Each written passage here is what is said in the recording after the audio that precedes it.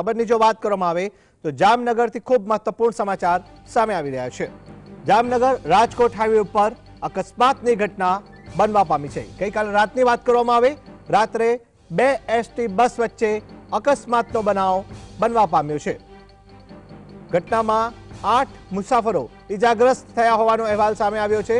ખૂબ મહત્વપૂર્ણ સમાચાર, બે એસટી બસો ટકરાઈ અકસ્માત થયો અને જેને લઈને આ ઘટના બનવા પામી છે। સદનસીબે ઘટનામાં કોઈ જાનહાનિ નથી। જામનગર રાજકોટ હાઈવે ઉપર સોયલ ટોલ નાકા પાસે કહી શકાય કે ગઈકાલે મધરાતે બે એસટી બસ વચ્ચે ગંભીર અકસ્માત સર્જાયો હતો। પ્રાથમિક જાણકારી અનુસાર એક બસની બ્રેક ફેલ થવાના કારણે પાછળની બસ તેની સાથે અથડાઈ, જેના પરિણામે આ અકસ્માત થયો હતો। આ ઘટનામાં કુલ 8 મુસાફરો ઇજાગ્રસ્ત થયા હોવાનો અહેવાલ સામે આવી રહ્યો છે। તમામ ઇજાગ્રસ્તોને તાત્કાલિક સારવાર માટે જીજી હોસ્પિટલ ખાતે ખસેડવામાં આવ્યા છે। ઘટનામાં સદનસીબે કોઈ જાનહાનિ થઈ નથી।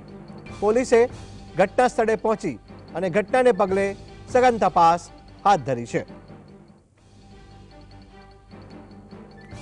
વધુ જાણકારી માટે ફોન લાઈન પર જામનગરથી જોડાયા છે સંવાદદાતા અર્જુન। જે અર્જુન, જણાવશો, ગઈકાલે રાત્રે જામનગર રાજકોટ હાઈવે ઉપર અકસ્માત, બે એસટી બસોનો અકસ્માત થયો, શું છે વધુ જાણકારી?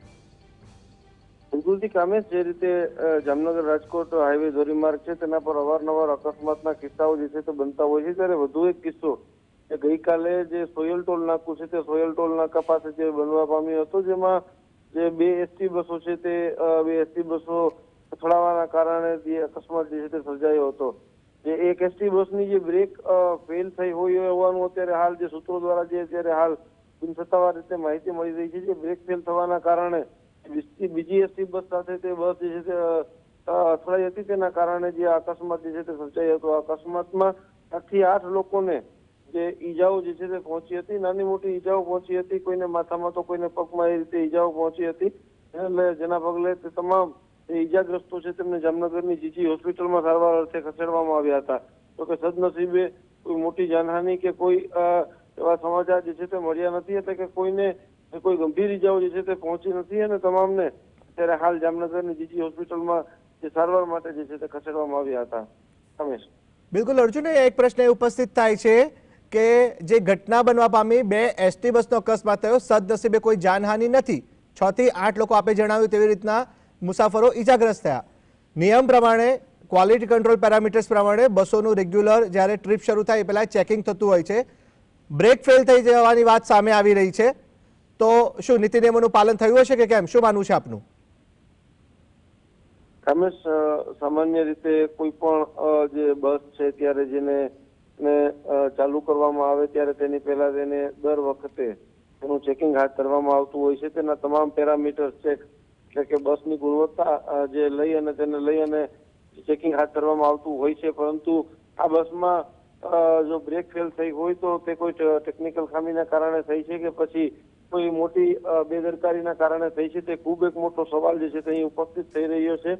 આ પ્રકારની ગંભીર બેદરકારી જે લોકોના જીવ જોખમમાં મૂકે તે ખૂબ જ જે ગંભીર બાબત છે। એટલે કે ક્યાંક ને ક્યાંક બેદરકારી જે છે તે થઈ છે, તે 100% સાચી વાત જે અત્યારે હાલ તે લોકો જે છે તે માની રહ્યા છે, કારણ કે અચાનકથી જે બસની જે બ્રેક ફેલ થવી અને તેના કારણે આ પ્રકારનો અકસ્માત સર્જાવો તે ખૂબ જ જે ગંભીર બાબત જે છે તે માનવામાં આવી રહી છે। એટલે કે સામાન્ય રીતે જે સરકારી વિભાગ, જે એસટી વિભાગ હોય, તેમના જે વર્કશોપમાં જે તમામ બસો છે તેનું રેગ્યુલર જે ચેકિંગ જે છે તે થતું હોય છે અને ચેકિંગ થયા બાદ જ એ બસને જે છે તે રૂટ ઉપર ખુલ્લી મૂકવામાં આવતી હોય છે। એટલે કે શું આ બસનું ચેકિંગ થયું હશે કે નહીં થયું હોય તે બાબતને લઈને અત્યારે હાલ અનેક સવાલો જે છે તે ઉપસ્થિત થઈ રહ્યા છે।